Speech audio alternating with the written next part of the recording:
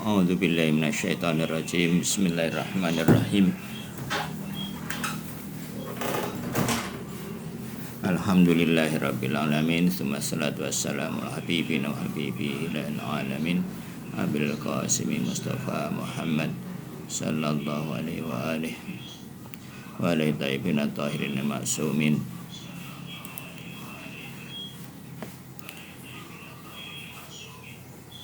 Bismillahirrahmanirrahim. Allahumma salli ala Muhammadin wa ali Muhammad. Allahumma akhrijni min dhulumatil wahmi wa akrimni bi nuril fahmi. Allahumma aftah alaina abwaaba rahmatik wa ansur alaina khazaina ulumik bi rahmatika ya arhamar rahimin. Wa la haula wa la quwwata illa billahil azim. Assalamualaikum warahmatullahi wabarakatuh. Ya, mungkin yang pertama bahwa sepertinya memang untuk belajar akhlak ini perlu waktu agak banyak ya, dan mungkin tidak seperti fikih atau katakanlah akidah yang sepertinya itu bisa dibuat kurikulum, tapi kalau akhlak ini sepertinya banyak sekali sehingga mana yang didahulukan kalau dibuat kurikulum mungkin juga susah ya, mana yang harus didahulukan, mana yang belakangan mungkin agak susah karena memang semuanya itu harus kayak harus segera dipelajari secara simultan dan diamalkan secara bersama-sama sebenarnya itu gitu ya. Jadi memang agak sulit. Nah, ini sebenarnya dulu ada pertanyaan mengenai ujub ya. Ini kita bawakan lagi hadis mengenai ujub dalam buku 40 hadis. Ya. Bisanadil muttasil ila Muhammad bin Yaqub an Ali bin Ibrahim an Abi an Ali bin Asbad an Ahmad bin Umar al-Halal an Ali bin Suwaid an Abil Hasan alaihi salatu wassalam. Ini maksudnya Imam Ridho mungkin ya. Qala sa'atu anil ujub. Aku bertanya mengenai ujub. Alladzi yufsidul amal, yang merusak amal. Faqal, apa itu jawaban dari Imam Al-Ridho ya. Al-ujub darajatun minha an yuzayyina ya lil abdi su'u amalih fayarahu hasanan fayu'jibuhu wayasabu annahu yuhsinu sun'an wa min. Terus ini yang tingkat pertama mungkin ya, salah satu di sujud. Wa minha ayyuk minal abdu bi rabbih fayumna 'ala Allah azza wa jalla wallahu badillahi alaihi fihil man.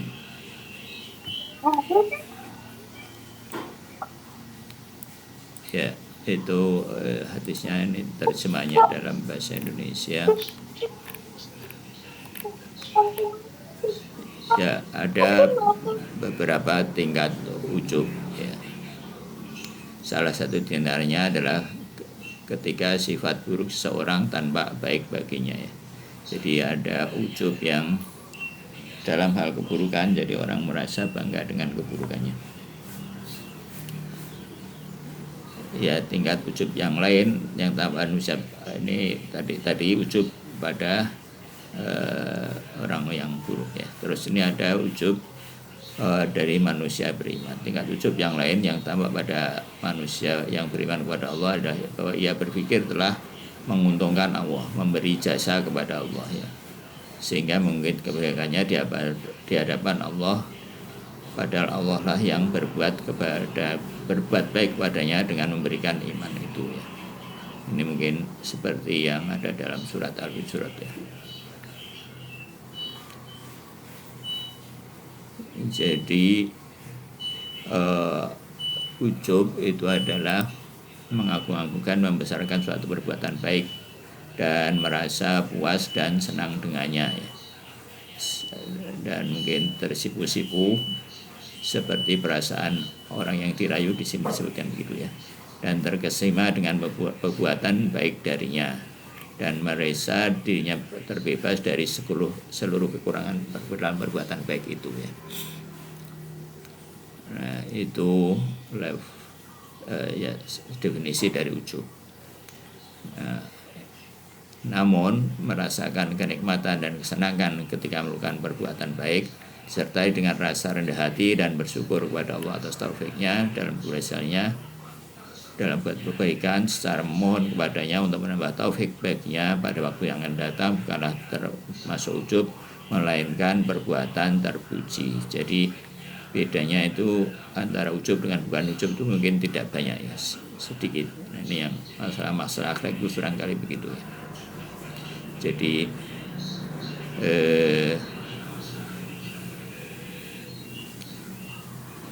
ya jadi mungkin harus hati-hati dalam akhlak itu ya.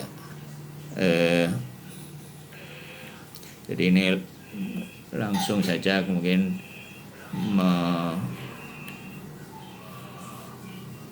macam-macam ujub ya.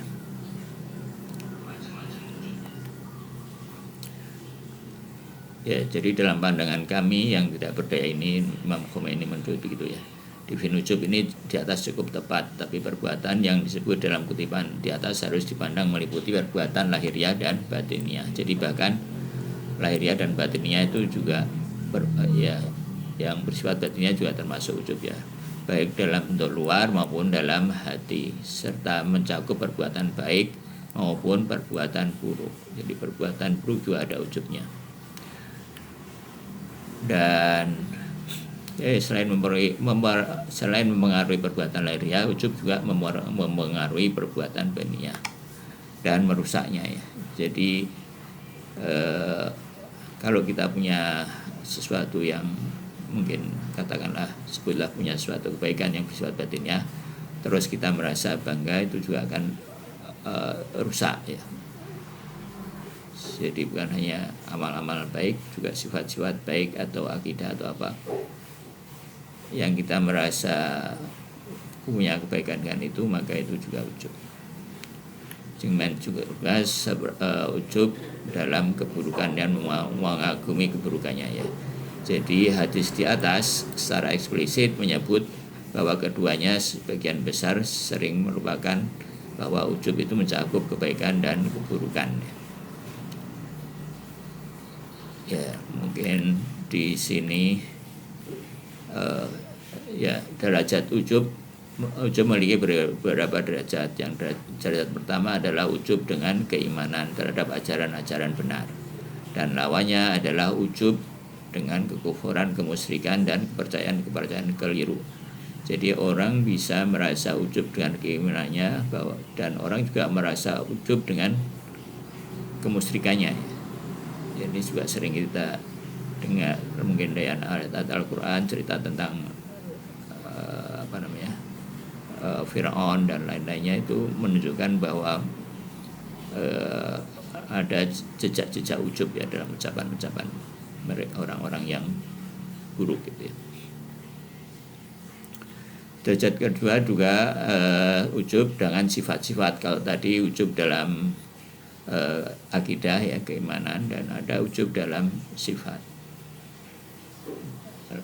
Ada ujub dengan sifat baik dan lawannya adalah ujub dengan sifat buruk.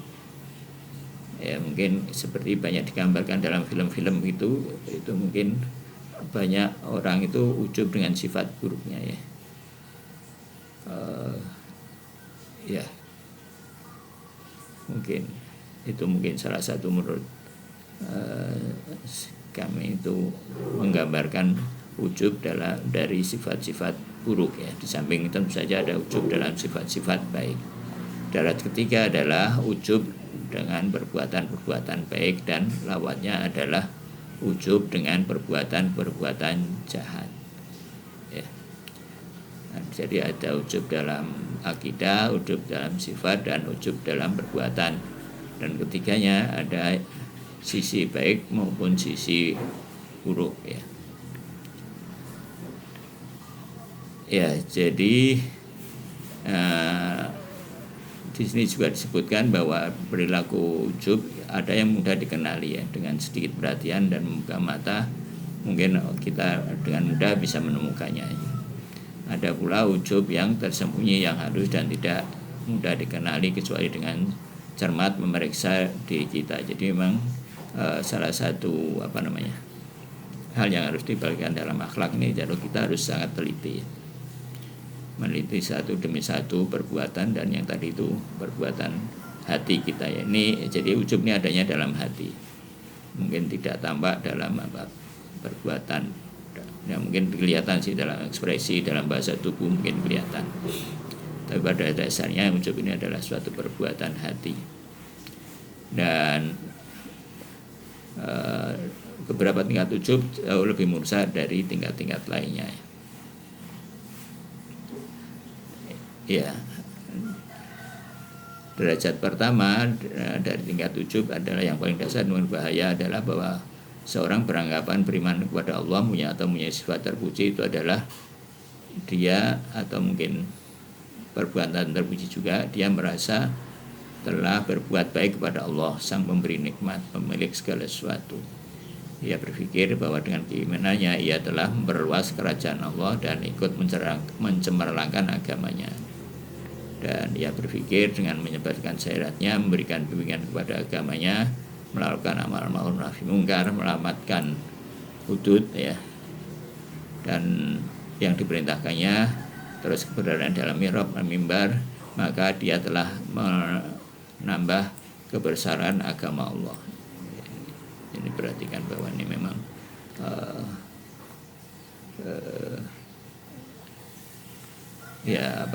kita harus berhati-hati ya. Atau merasa bahwa kehadirannya dalam sholat Jum'ah, dalam jamaah kaum muslimin, dan keaktifannya mendirikan upacara-upacara duka atau mengenang tradisi Sayyidi dan Imam Husain alaihissalam telah menambah keagungan agama. Dan demikian dia telah memberikan keuntungan kepada Allah, kepada baginda Rasulullah SAW, dan kepada Syaikhul Syahada Imam Husain alaihissalam. Meskipun dia tidak mengungkapkannya secara terang-terangan, dalam hatinya dia merasa begitu. Jadi ini pada hati. Demikian pula dalam soal membantu hamba-hamba Allah sebagai kewajiban atau anjuran agama, seperti memberi zakat, sedekah, menolong orang-orang miskin yang membutuhkan, bahwa ia telah berpikir bahwa dia telah memberi berjasa kepada mereka. Ya, kadangkala bersama perasaan tersebut sedemikian tersembunyinya dan harusnya sehingga orang itu sendiri tidak mengetahuinya.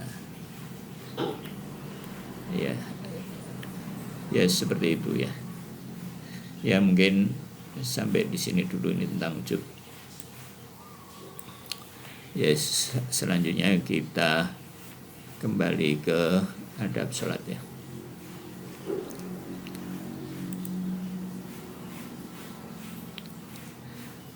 Ya, jadi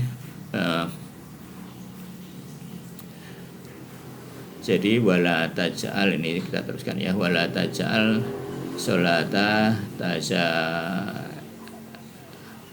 ya, tazahamal umur al-akhar kai tastati'u antarihal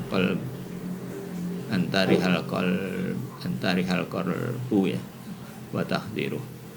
Dan ya jangan ketika sholat dan kegiatan lain itu saling mengganggu ya, saling mengganggu. Jadi jangan membuat komitmen pada ketika sholat misalnya, maksudnya jangan buat janji pas waktu awal sholat ya, misalnya kita ketemu jam 12 misalkan, atau ya kira-kira gitu, atau jam 12 kurang ya ketika sekarang misalkan. Nah itu jangan seperti itu. dan ini diriwayatkan dalam hadis-hadis yang dari para maksumin alaihi wassalatu wassalam, ya.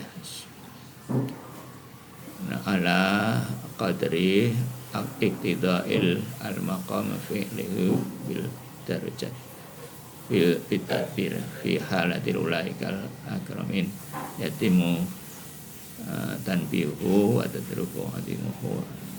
Dan jadi ini diriwayatkan bagaimana para maksumin itu menghormati waktu sholatnya.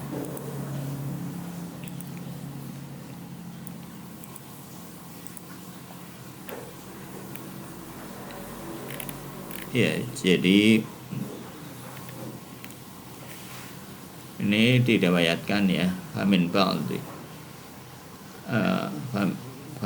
fa'an ya, fa'an ba'di azwajin nabiyyi sallallahu alaihi wa alihi annaha qalat.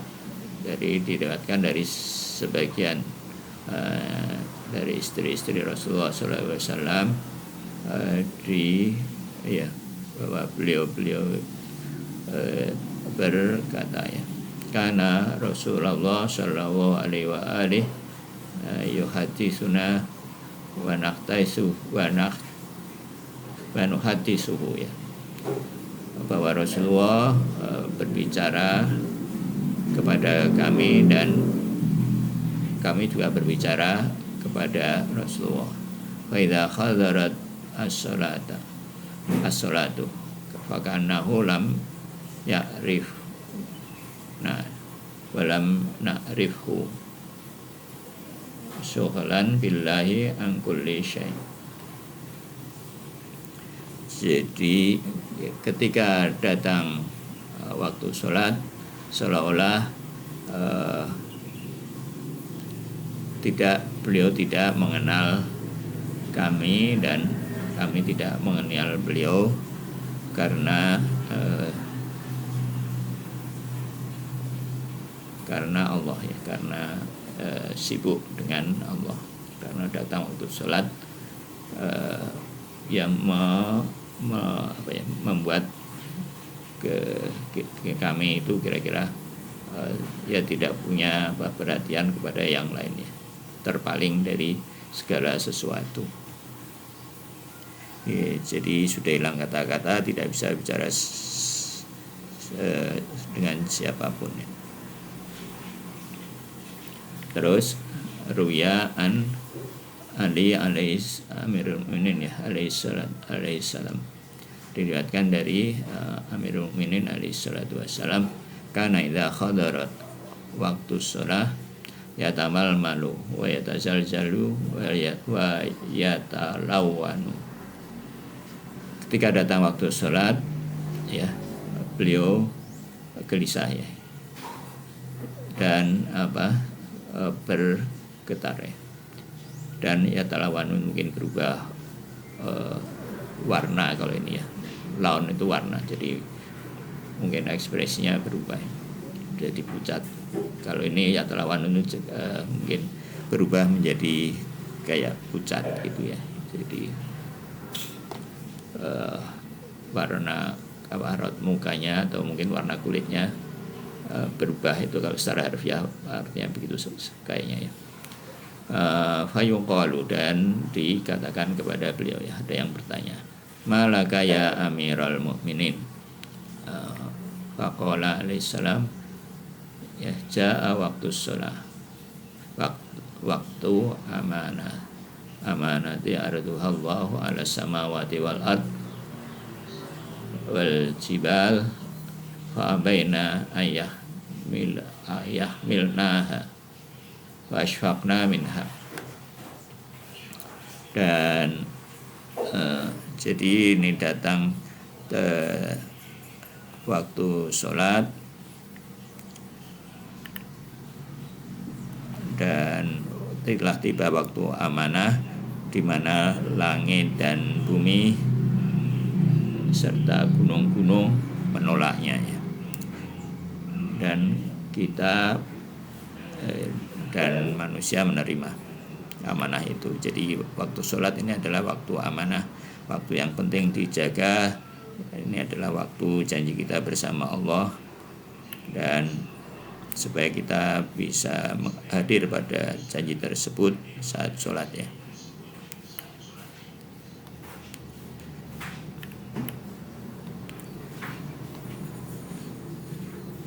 Ya, terus kemudian wa nuqila Sayyid bin Tawus fi falahis sa'il kana al-Husainu alaihissalam idza tawaddu'a yataghayyar launuhu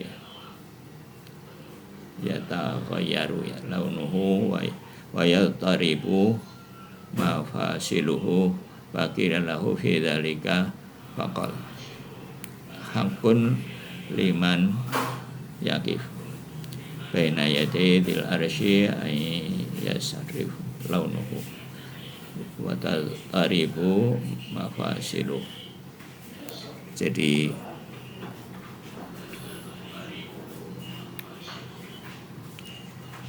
di sini diriwayatkan ketika wudu yataghayyar berubah warnanya.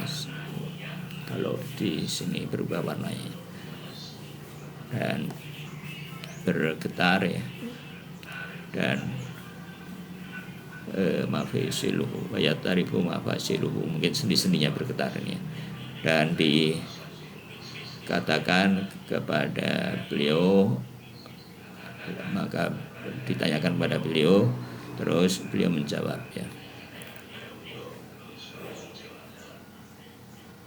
Ya kira-kira artinya ya, apakah engkau tidak tahu bahwa kepada siapa engkau, kita atau saya akan bertemu.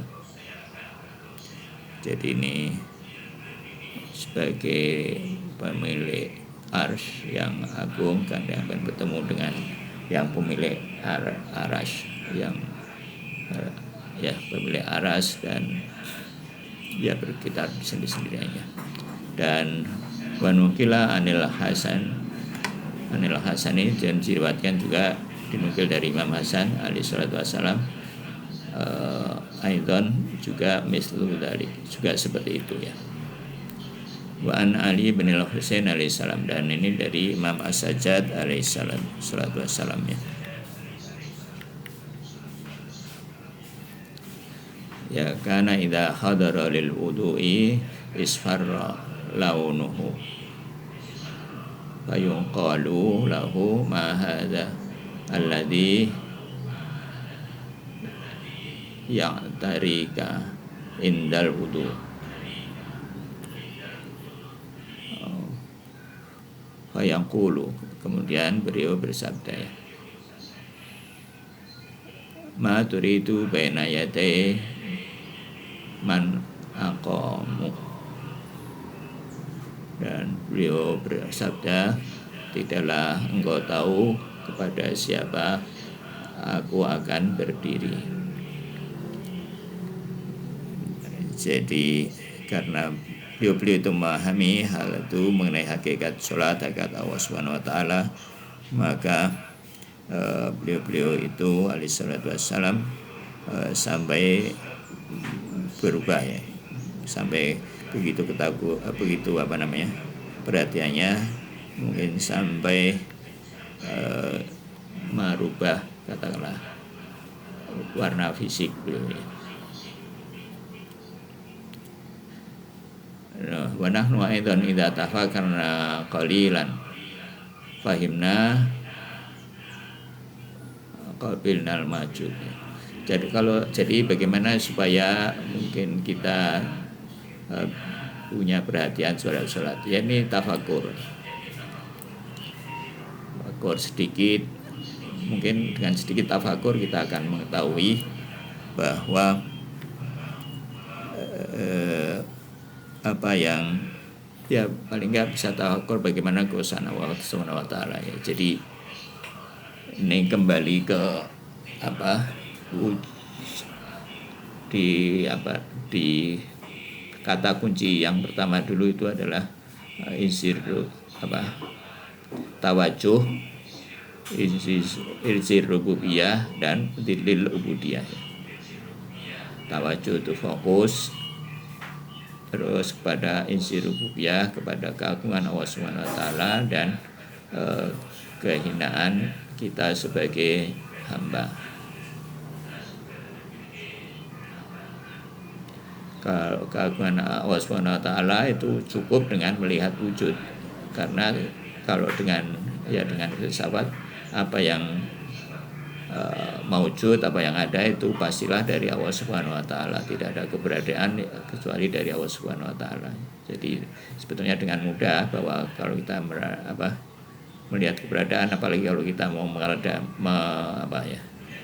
merenung pada keberadaan yang mengagumkan, katakanlah alam raya atau diri kita sendiri, misalnya jiwa kita, badan kita, atau apapun, maka kita akan dengan mudah memahami keagungan Allah Subhanahu wa taala.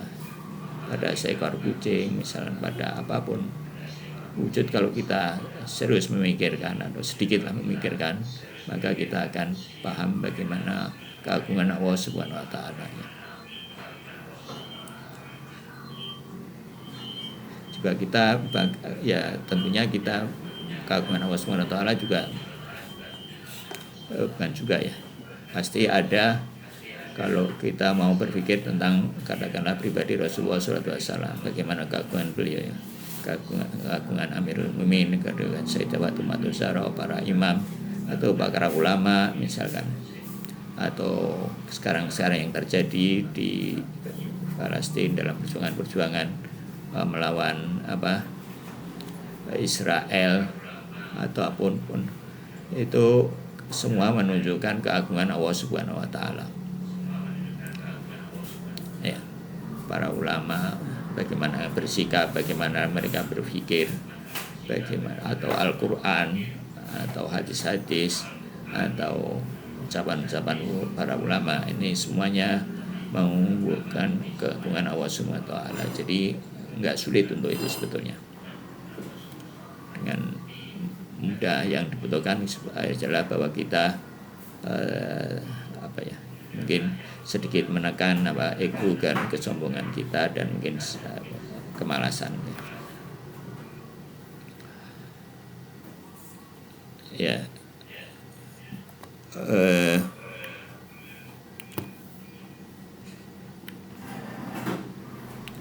Terus jadi memang wa nahaq ta'ala malikul mulk, malikul muluk. Allah Subhanahu wa taala adalah Maha Suci. Di sini disebut Maha Suci itu artinya bersih dari segala kesalahan. Jadi kalau ada sesuatu yang enggak beres, itu pasti asalnya dari diri kita.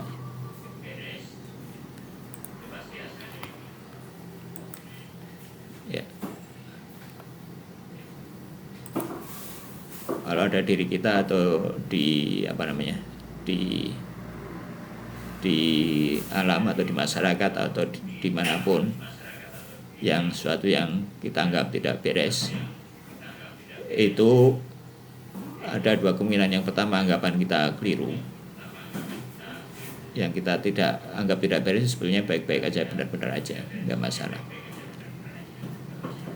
Atau yang kedua, bahwa kalau itu benar memang nggak beres, itu adalah berasal dari manusia, bisa diri kita atau orang lain. Itu artinya Allah Maha Suci, Subhanallah. Yang harus kita tanamkan sebaik-baiknya supaya kita tidak salah tuduh. Ini kan bahaya kalau Allah sudah melakukan semuanya dengan benar, terus kita dalam hati mungkin menganggap bahwa Allah melakukan kesalahan. Nah, coba kita renungkan supaya supaya kita tidak salah langkah, dan tentunya bisa sholat lebih baik dengan memahami itu. Dan Allah Subhanahu wa taala adalah raja dari para raja dan keagungan mutlak, dan pada saat itu dia Allah Subhanahu wa taala menyeru hambanya ya. Jadi Allah ini dengan segala keagungannya kayak merendah, meminta dengan sangat kepada para hamba itu mau datang. Hamba yang dhaif, yang lemah, tidak punya apa-apa. Jadi kalau kata Ustadz Ibrahim itu nggak punya, rekeningnya aja itu isinya kosong, bahkan rekeningnya aja diberi. Jadi kedhaifannya pun itu diberi oleh Allah Subhanahu wa taala. Ini diseru oleh Allah Subhanahu wa taala supaya mengajukan permintaan. Ya, dihadap untuk berbicara ya, munajat. Terus diizinkan untuk masuk kepada rumah kemuliaannya sampai dia mendapatkan sehingga dia bisa mendapatkan keberuntungan ya. Keberuntungan, kebahagiaan yang abadi. Ini kebahagiaannya abadi di akhirat.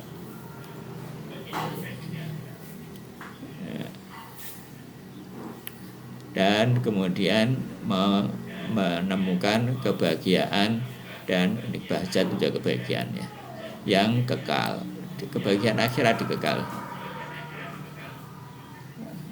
Dan tapi karena kita ini mahjubin ya, ketika kita ini terhijab dan ya terhijab, mastur terhijab min dukhulil waktu sholat. Jadi ketika waktu sholat bimiqdari ma'rifat tina, dengan kadar makrifat. Jadi memang akhirnya memang sikap orang itu tergantung memang kadar makrifatnya ya.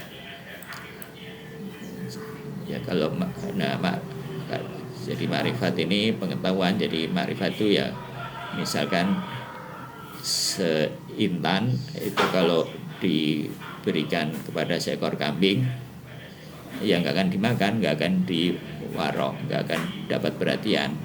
Tapi kalau diberi rumput ya kambing itu akan bersemangat ya, kira-kira begitu. Itu makrifat. Jadi dia tidak tahu kadar kemuliaan atau berharganya, betapa berharganya sebutir intan. Nah kira-kira kita itu juga seperti itu ketika di makrifat orang. Jadi sikap seseorang terhadap sesuatu itu tergantung dari makrifatnya.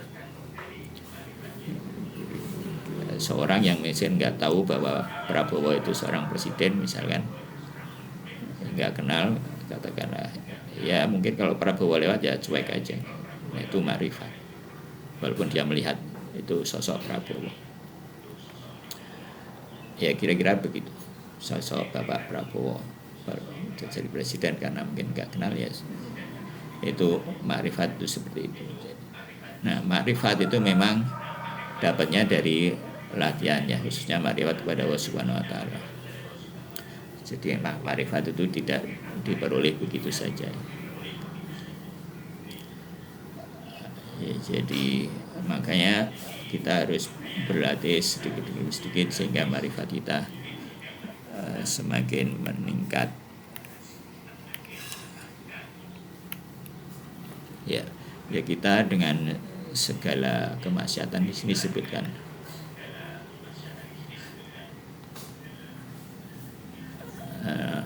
Disebutkan wabil jumlah ayuhad dhaif dalil anal adabul qalbiyah lil aqtahiyah antahaya nafsaka. Jadi wahai yang lemah, bahwa ini semua adalah diperlukan, yang diperlukan adalah adabnya, adab qalbiyah ketika dan untuk menyiapkannya, yuhayyi nafsaka, menyiapkan dirimu untuk pertemuan. Ya di sini ada ada ini arifna ya Bilal ya. Jadi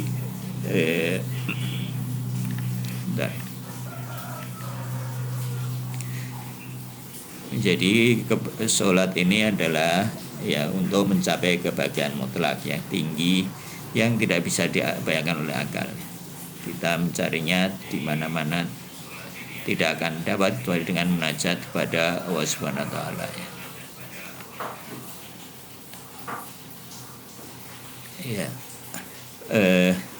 Jadi kalau orang bisa menikmati, itu tidak ada kenikmatan yang lebih dari sholat.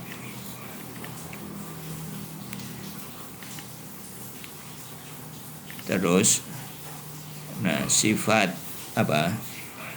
Bukan sifatnya. Sifat aulia ketika menghadapi sholat, ini para aulia Allah ini berbeda-beda ya. Jadi keagungan Allah Subhanahu wa taala tadi itu menyebabkan hati itu bergetar ya.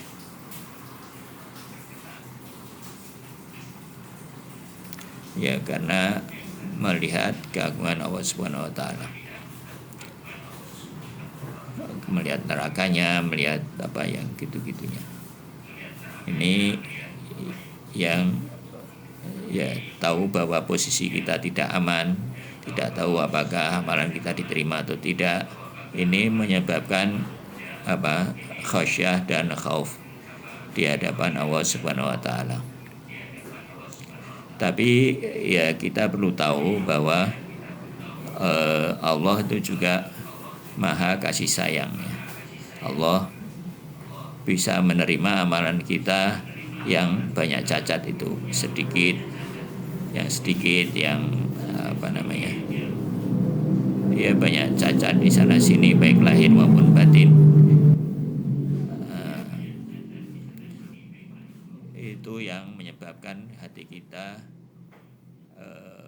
hati orang itu punya harapan. Nah, jadi satu sisi memang ada ketakutan ya, yang itu ya kalau takut saja, khasyah dan khauf saja itu mungkin akan bikin orang putus asa. Nah, tapi dengan apa namanya sifat Allah yang Maha Rahman, Maha Rahim, Maha Dermawan, maka Allah bisa menerima amal yang sedikit ya. Jadi ini menjawab pertanyaan kenapa tadi itu di atas tadi ada apa namanya ya ada ketakutan yang sampai terlihat pada warna muka dan seterusnya. Nah, itu sisi khauf. Nah, tapi juga ada sisi ini rehat ya. Jadi Rasulullah diriwayatkan ya ketika ketika saat tertentu. Jadi Rasulullah pada saat tertentu mungkin kita sudah dengar juga riwayatnya, beliau memerintahkan Bilal untuk mengumandangkan adzan gitu kalau nggak salah ya riwayatnya. Arifna ya Bilal, arifna, gembirakan kami wahai Bilal. Jadi di sini ada aspek kegembiraan. Jadi ketika datang banyak masalah, Rasulullah memerintahkan Bilal untuk mengumandangkan adzan supaya bisa sholat. Jadi untuk para wali, hati mereka bisa berubah sesuai dengan tajalli yang muncul pada saat itu ya, pada saat-saat tersebut. Jadi ada tajalli yang jalaliyah, ada jamaliyah. Yang ketika muncul takut di situ adalah tajalli jalaliyah atau qahri. Dan ketika yang muncul adalah tajalli jamaliyah, tajalli jamali, maka muncul kelembutan dan wajibnya mereka merindukan munajat, berinteraksi dengan Allah Subhanahu wa taala ya, yang menyebabkan kebahagiaan, yaitu diungkapkan dalam sabda Rasulullah itu alaihi salatu wassalam. Jadi untuk mendapatkan rehat itu Rasulullah mendapatkannya dari sholat ya.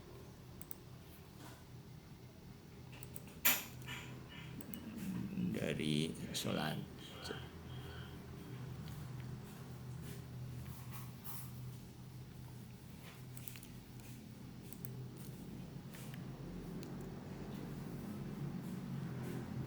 Ya, tapi kalau orang biasa mungkin dua-duanya itu ada ya, walaupun mungkin tidak dalam kadar yang seperti para maksumin itu, ada perasaan takut, ada perasaan bahagia.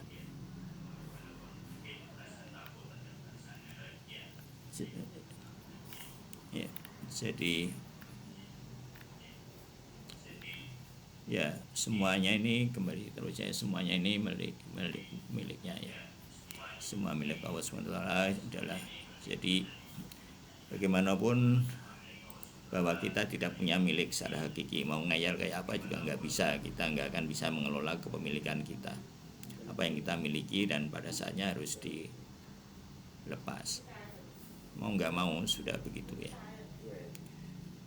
Yang pemilik yang real itu adalah Allah Subhanahu wa taala, dan kita harus meyakini dan kelemahan ini, dan dengan segala kelemahan ini kita diizinkan untuk berbicara al-haq.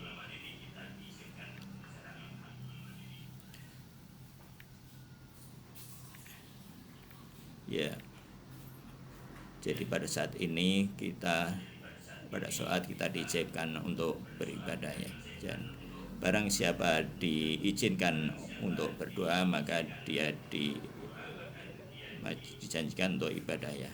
Man utiya doa utiya ijabah. Barang siapa diberi doa, diberi kesempatan untuk berdoa, maka dia diberi ijabah. Jadi yang diperlukan di sini adalah bahwa kita harus menyadari kelemahan kita ya. Jadi kalau kita merasa lemah itu jangan mencari-cari kesaktian untuk mengatasi kelemahan itu, tidak akan it doesn't work ya, tidak akan ngefek yang bagus. Kita banyak masalah terus mencari penyelesaian. Yang diperlukan ketika ada masalah itu adalah merendah di hadapan suatu Allah, mengadukan kepada Allah Subhanahu wa taala kelemahan kita dan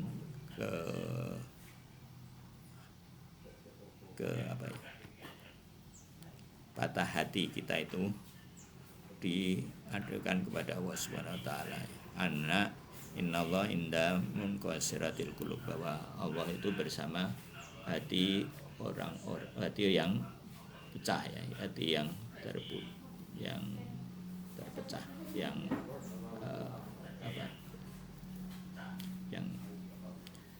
ya, jadi ada khauf, ada roja, ada rohbah.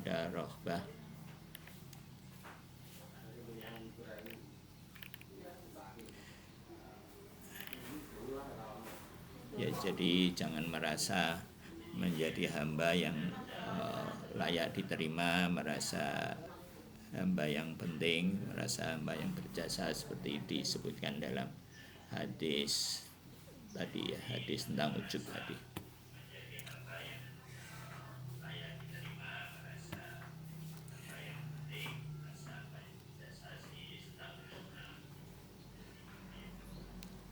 Ya, mungkin sampai di situ ada komen.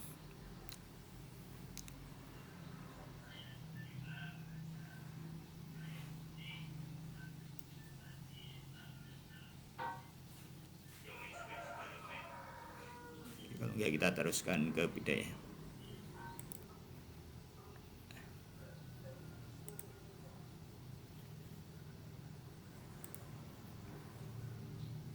itu memang memberikan dorongan. Ya itu mungkin ya kelebihan Imam Khomeini.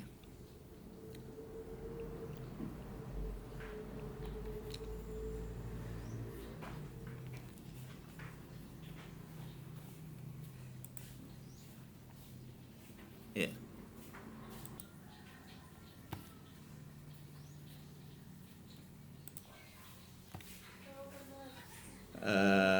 Pasal kelima ya. Marhalah 8 pasal kelima al-faslul khamis fil ghariyah wa taqabul. Ghariyah itu dari kata khair, khair itu selain atau berbeda ya. Ini bahasa Inggrisnya itu otherness, keberbedaan, dan kalau takabul itu oposisi bahasa Inggrisnya, pertentangan. Jadi mungkin kalau bahasa Indonesia agak sulit dari istilah yang pas ya.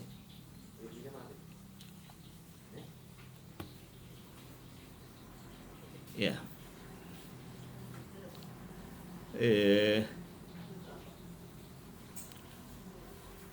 Kata-kata ma'anna min awarid kasrah al-ghairiyah wa ya taqtasimu ila al-ghairiyah dzatiyah wa ghairiyah ghair dzatiyah.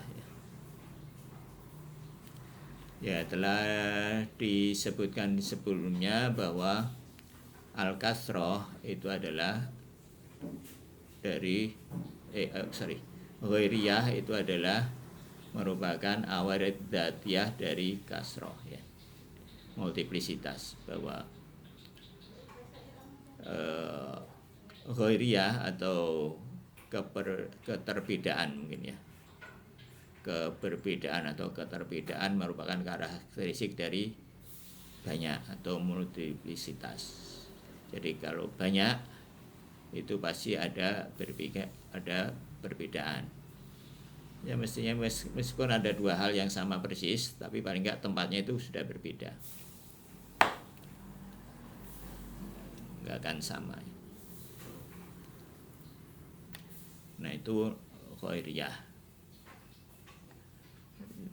Dan khairiyah itu dibagi menjadi dua, khairiyah yang dzati dan khairiyah yang ghair dzati, khairiyah yang tidak dzati. Perbedaan bawaan atau dzati, atau di sini intrinsik dan ekstrinsik ya.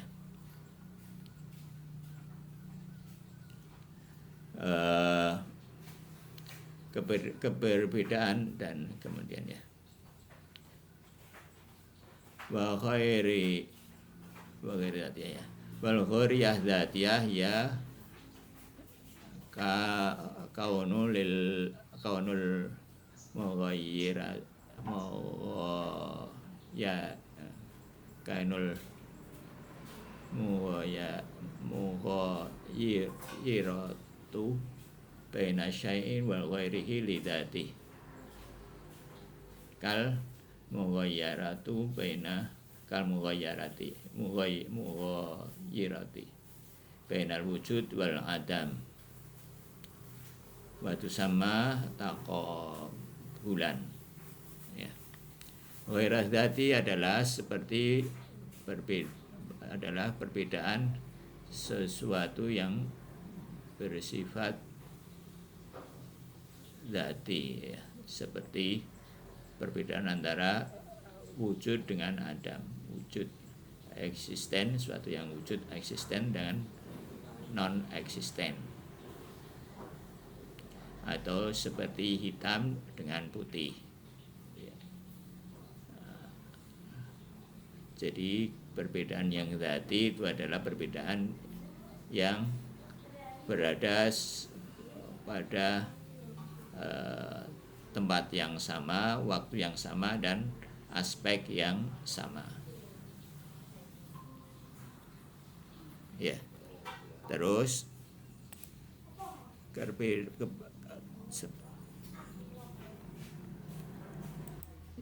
ya ya Imam Khomeini mendapat inspirasi dari mana buku itu, yaitu kalau Apa? dalam ya kalau di apa namanya Putus-putus.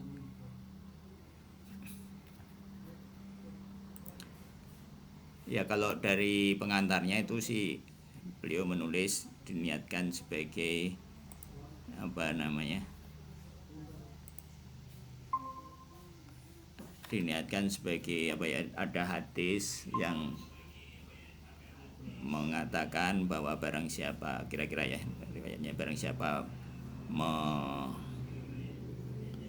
meriwayatkan dari kami, kalau nggak salah begitu, 40 hadis dan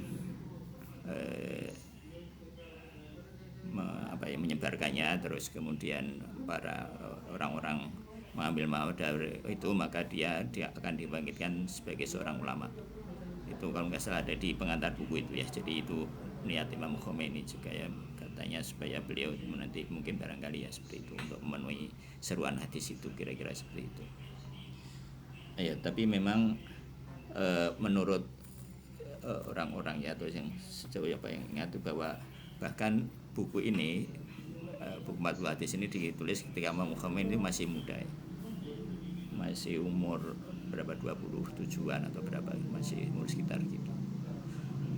Jadi memang kalau inspirasinya dari mana ya, wow, alam pun inspirasinya ya. Tapi kalau ya melihat dari itu semua bahwa memang sosok Imam Khomeini ini memang pengajar akhlak yang ya mungkin ya alhamdulillah ya kita bisa mendapatkan manfaat dari buku-buku beliau ya. Memang buku beliau ini apa ya, memberikan dorongan yang kuat bagi pembacanya untuk mengamalkan. Jadi tidak sekedar akhlak yang bersifat deskriptif, bukan semata-mata penjelasan yang mungkin katakanlah kayak filsafat, mungkin agak kering ya. Tapi kalau Imam Khomeini enggak, memang ada dorongan yang kuat bagi pembacanya untuk itu. Makanya juga ini buku ini juga karena ini buku yang bersifat dorongan, katakanlah nasihat, maka buku ini mungkin kalaupun dibaca berkali-kali itu baik-baik saja ya, karena mungkin kita akan seringnya lupa ya, lalai ya, walaupun itu jadi dibaca berulang-ulang. Ini sudah dulu itu bahkan kan Ustadz Ibrahim itu mengajarkan mengambil waktu yang khusus, waktu pagi bulan Ramadan saja, saking berharganya buku ini. Ya memang tidak disebutkan inspirasi dari mana, jadi kita yang kita tahu itu dari ya, yang Bapak tahu itu dari apa namanya ya, dari cerita-cerita atau dari buku pengantar atau apa, kira-kira begitu ya. Ya mungkin ya itu mungkin karunia dari Allah Subhanahu wa taala ya kepada Imam Khomeini dan kepada kita semua, bahwa kita bisa mengambil manfaat dari buku-buku beliau ini. Ya juga mungkin penjelasan dari para ustadz-ustadz yang ya yang luar biasa juga ya, ustadz yang membawakan penjelasannya dengan sangat baik.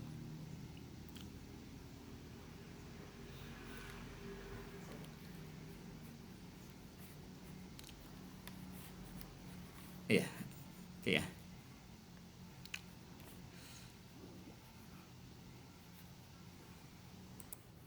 Pasal kelima dari marhalah ke-8 yaitu tentang ghairiyah dan taqabul. Ghairiyah,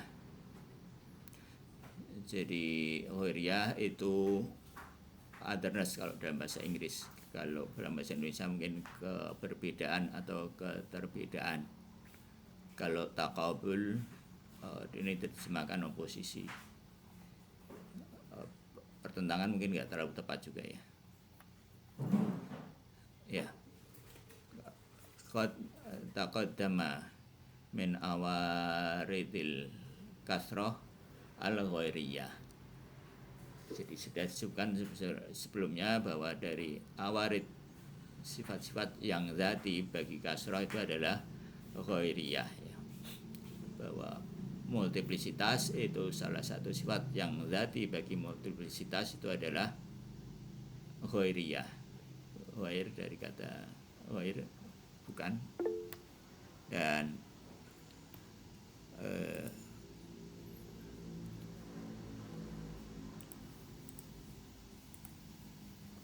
ghair artinya bukan, dengan ghairiyah ya begitulah. Kalau bahasa Arab mungkin lebih sangat fleksibel ya dalam bentukan kata-kata itu. Dan apa itu ghairiyah?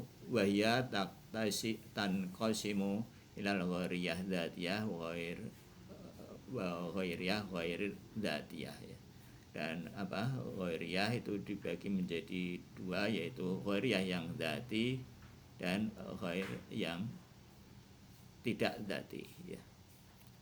Terus wa ghairu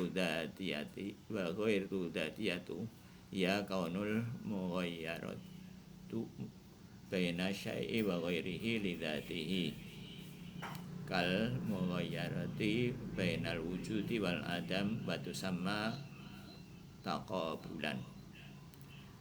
Dan ghairah dzati itu adalah ghairah yang bersifat dzati ya, namanya juga dzati. Seperti ghairiyah antara wujud dengan adam. Dan di sini dinamakan juga taqabul. Ya, taqabul itu adalah salah satu bagian dari ghairiyah. Terus ghairiyah ghair dzatiyah adalah ya kaunul mughayyaratu lil asbabil akhar ghairi dzati syai' kal tafarruqi al khulwatu wasautu fil sukri wal fahmi wa tusamma khilafan. Yaitu yang kedua adalah ghairiyah yang tidak dzati dan disebabkan oleh sebab lain ya, yaitu seperti perbedaan antara manisnya gula ya, wal khulwatul sukri, dan hitamnya batu bara ini ya. Fahm itu batu bara, fahm. Jadi memang berbeda itu kalau itu namanya khilaf. Ya. Itu berbeda. Jadi ya, berbeda secara dzati itu adalah berbeda antara dua hal dalam waktu yang sama, dalam tempat yang sama, dan dalam aspek yang sama. Itu berbeda yang dzati atau apa, ghairiyah dzatiyah atau taqabul. Ya, jadi kalau aspeknya sama, tempatnya sama, waktunya sama, itu baru dia taqabul.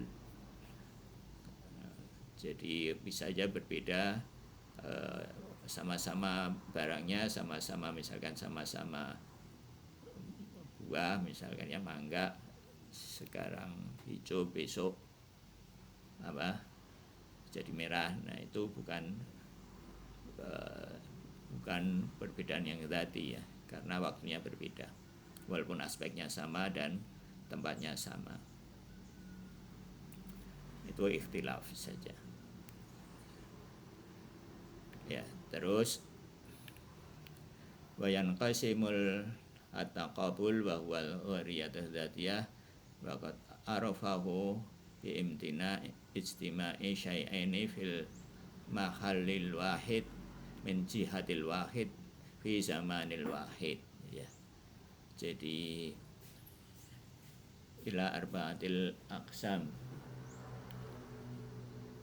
ila arba'ati aqsam final mutaqabilina imma kaunu wujudaini aw la ya. Jadi taqabul yang tadi itu, yang perbedaan yang dzati itu adalah ghairiyah dzatiyah tadi sudah ya, dan adalah tadi ya, yaitu penolakan ya, ketidakmungkinan berkumpulnya dua hal dalam tempat yang sama, makhalil di tempat, min jihati sama dari aspek yang sama dan dalam waktu yang sama. Ini terus ini 4 ini baca ya. Dan final mutakabilin, dan mutakabilin itu bisa terjadi pada dua wujud atau tidak, atau lebih banyak ya.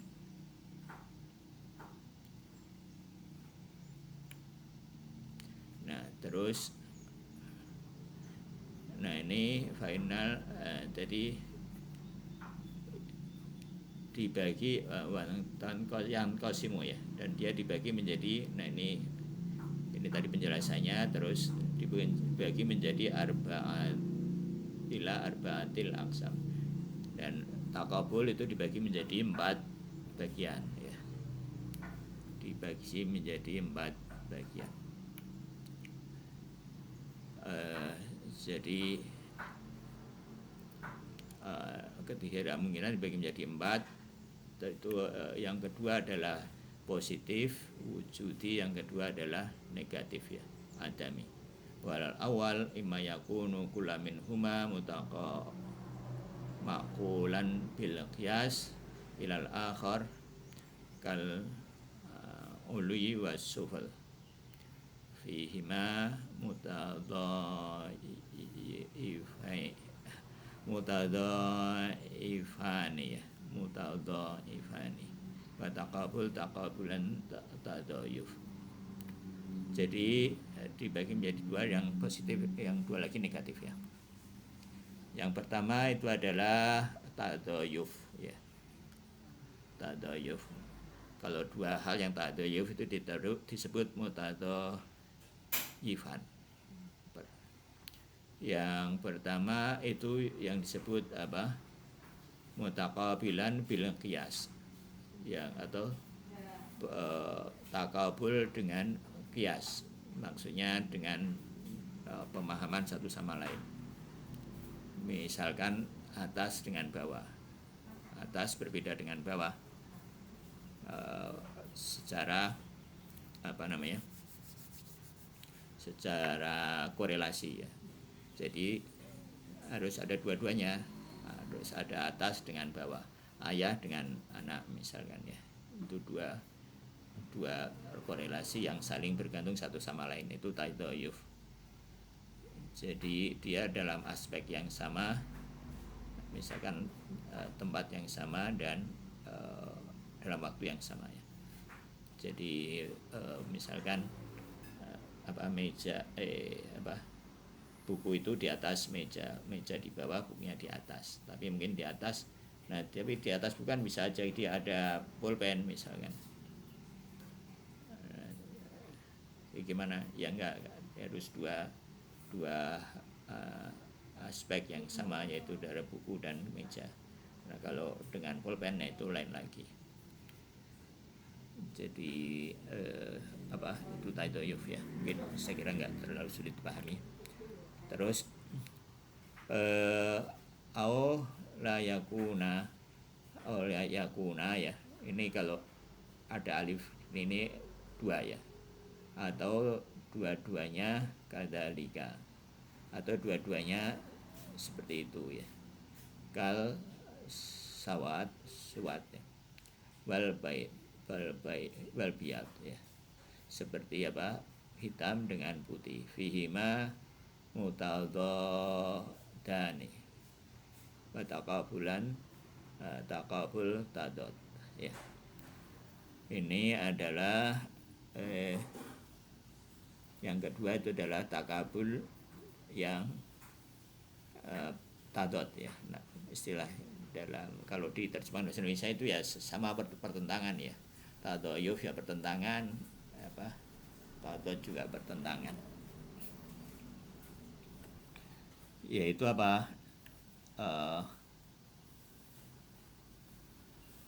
amrayni wujudani yatawaridani alal maudhu'in wahid bainahuma ghayatul khilaf ya. Ini ada ini. Enggak ada di sini ya. Ini adanya di buku apa namanya kata mungkin ada di buku logika ya. Mudhofar. Jadi yaitu perbedaan antara dua maudhu yang dalam wahid dalam maudhu yang sama dan keduanya dalam apa perbedaan yang ekstrim ya, dua-duanya ekstrim. Ghayatul khilaf. Ada pada maudhu yang sama keduanya dalam pertentangan yang maksimum yaitu antara hitam dan putih misalkan. Nah ini mungkin ada sedikit sedikit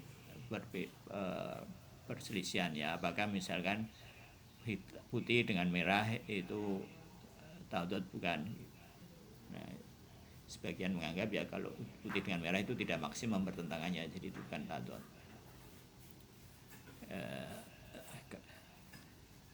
Ya sebagian juga menganggap itu taudud ya.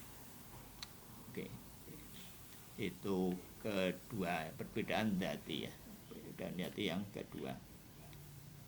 Jadi ini yang positif, terus ini yang negatif, yang duanya yang negatif ya. Walasani yakuna ahaduhuma, dan yang kedua yang negatif itu ahaduhuma wujudu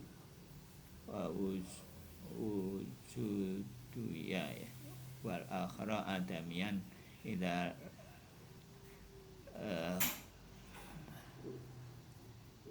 yang kedua ini namanya taqabul wal adamu wal malakah. Taqabul adam wal malakah ya. Taqabul adam wal malakah, yaitu jika kedua lokusnya maudhu'nya menerima masing-masing atau yang satu punya yang satu enggak punya ya. Itu malakah itu artinya mempunyai, memiliki. Misalkan antara kebutaan dan bisa melihat pada seseorang. Nah ini disebut taqabul adam wal malakah, antara punya dan tidak punya dan punya ya. Ayakuna haduma wujudan wal akhar adamiyan wa adamiyan ya. Wujudian ya ini. Asani ayakuna haduma wujudian wa akhara adamiyan. Yang satu apa? Wujud, yang satu adam. Id la taqabul baina adamaya ini, dan tidak bisa dua-duanya adam ya. Dan wahinaidin imma yakuna hunaka maudhu'an taqabulan likulli minhuma kal amal. Jadi tidak bisa orang itu tidak melihat dan tidak bisa melihat. Jadi salah satu, imma dia bisa melihat atau tidak bisa melihat. Jadi ini harus salah satu. Jadi tidak, ini salah satu dia punya atau tidak punya. Itu taqabul adam wal malakah. Terus nah yang terakhir ini adalah kontradiksi ya, tanakut ya. Tanakut, dan dua hal yang tanakut itu disebut mutanaqidan. Baima Allah yakuna kadzalik, dan mungkin jika tidak ada lokus yang, jika tidak itu ya ada lokus, tadi lokusnya terlibat ya. Kalau kalau Adam wal malakah itu maudhu'nya menerima. Nah kalau kontradiksi ini tidak ada lokus yang terlibat, maudhu' yang terlibat. kanafji wal isbati, ya, seperti apa, penolak afirmasi dan isbat, ya, penetapan. Afirmasi itu isbat, penetapan, nafi itu negasi. Wa yusammani mutanaqidaini, disebut apa, tanakut. Wa takabuluma takabul tadot, ya, tanakut kada kururu, ya, koruru. Dan ini dan demikian apa, para ahli metafisika menggambarkan, ya, mereka menggambarkan. Jadi ini adalah tanakut antara afirmasi dan negasi, kontradiksi. Nah, kalau ini tadi maudunya terlibat, kalau ini tidak terlibat. Jadi misalkan isbat dan negasi dan afirmasi tidak bisa, maudunya kan nggak terlibat, ya. Jadi misalkan dua hal ini tidak bisa, jadi ini juga sama, jadi ini tidak bisa dua-duanya, harus salah satunya, ya. Misalkan putih dan bukan putih. Nah, jadi suatu warna itu kalau nggak putih ya bukan putih. Itu apa? Itu tanakut, ya. Tanakut atau adam wal malakah. Malakahnya apa? Warna, mengenai warna. Apa ya? Kalau tadi, kalau ini contohnya yang paling tepat memang isbat dan apa, nafi, ya, negasi dan afirmasi. Jadi maudunya apa? Maudunya proposisi. Proposisi itu kalau nggak negasi afirmasi, ya gimana ya? Ya memang walhasil ini contohnya kadang agak sulit juga, ya. Tapi walhasil apa namanya, tanakut itu seperti itu, tidak bisa dua-duanya berkumpul dalam satu hal, dan tidak bisa apa namanya, salah satunya tidak ada, ya.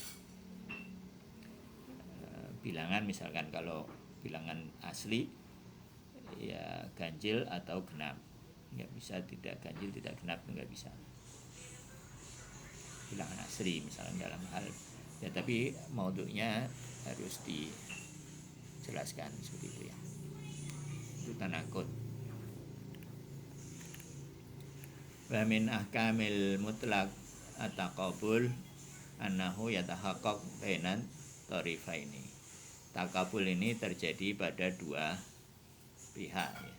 Diannahu naul nisbah bainal mutaqabilain, karena itu merupakan nisbah, ya, berhubungan yang berlawanan. Jadi harus ada pihak lawannya. Jadi ini nggak bisa nggak punya lawan. Wa nisbah tahaqquk baina tarafain, karena nisbah tahaqquk itu adalah membutuhkan dua pihak. Ya begitu. Ini apa, dibahas karena apa, min awarid dzatiyah kasroh. Jadi sebagai sifat dzati dari sesuatu yang banyak itu adalah apa, ghairiyah, ya. Kadang kalau ghairiyah tidak akan ada banyak.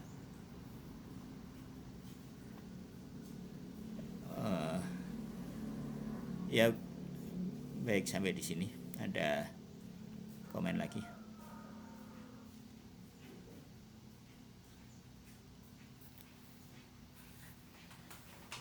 Ya ada. Tadi lokus tuh sebagai apa sih, yang mana? Negatif. Ya, yang Jadi satu yang menerima apa? Yang satu itu pada lokus, yang lain itu enggak, ya. Kalau adam wal malakah itu pada lokus, pada maudhu, maksudnya misalkan warna.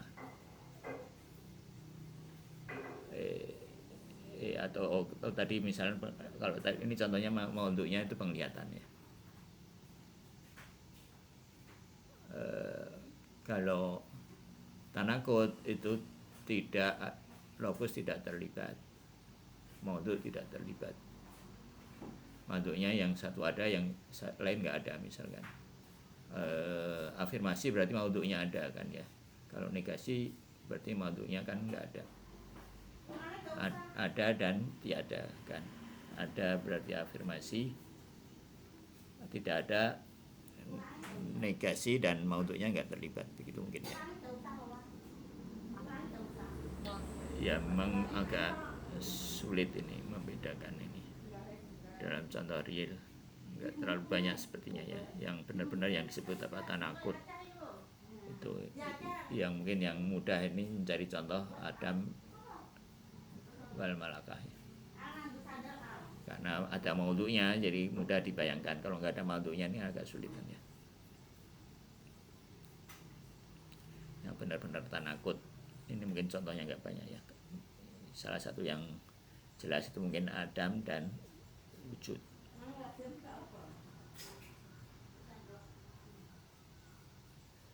Jadi kalau contohnya kan kalau Adam sama wujud jadinya nggak ada, jadinya maksudnya yang Adamnya nggak ada maudhu'nya, ya nggak ada lokusnya. Tapi kalau wujud ada lokus. Ya ada. Tapi ini terlepas dari lokusnya sendiri gitu. Ya jadi ini perbedaan itu lokusnya tidak terlibat.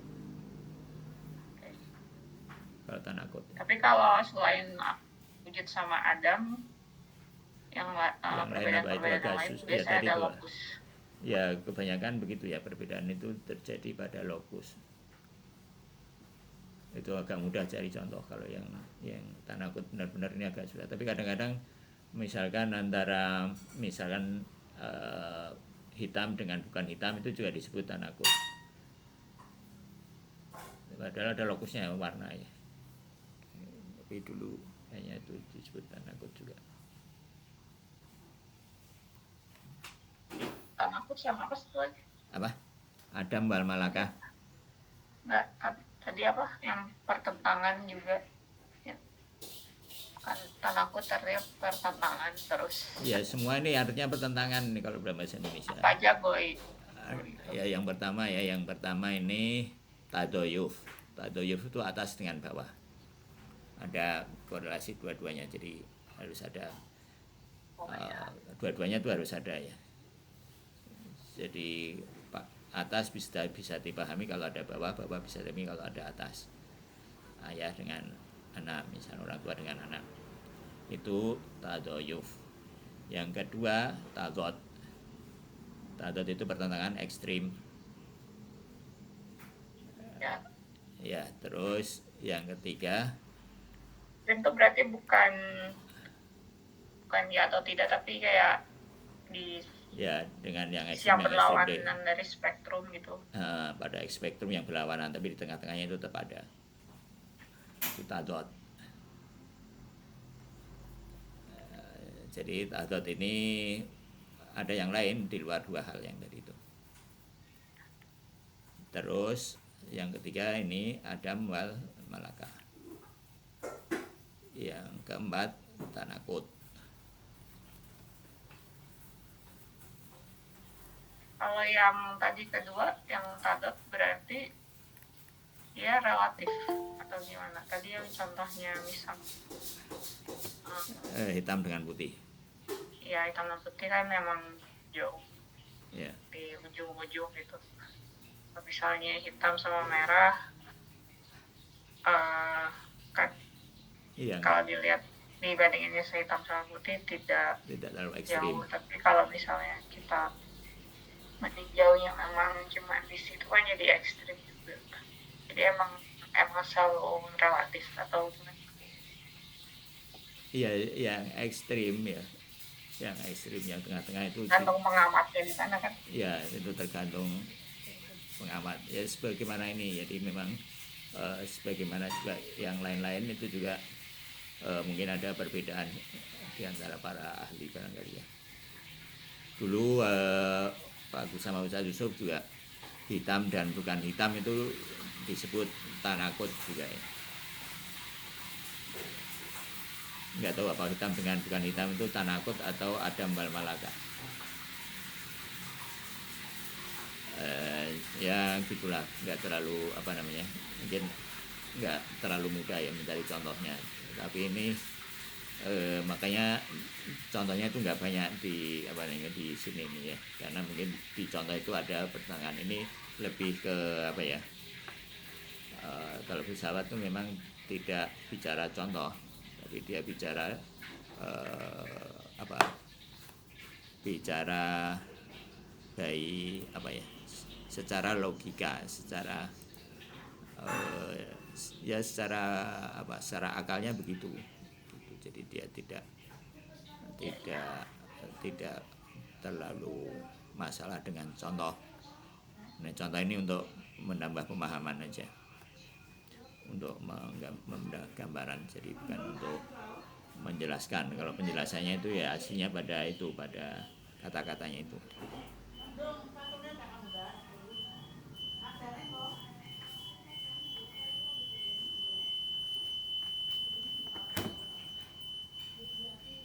Oke ya. Baik, terima kasih. Ya, terima kasih. Kita tutup dengan selawat dan sebaik selawat dan sebaik Al-Fatihah yang palingnya kita hadiahkan kepada Rasulullah Alul Bait, khususnya pada Imam Zaman yang mungkin saat ini sedang berduka,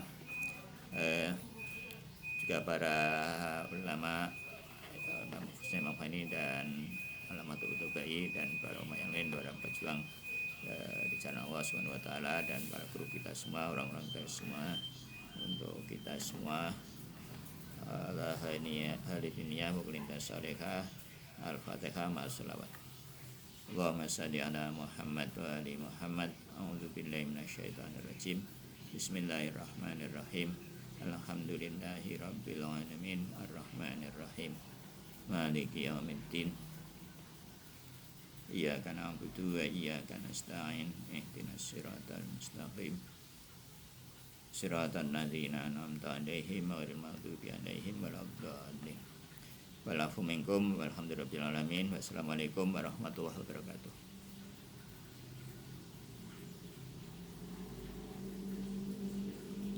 Waalaikumsalam.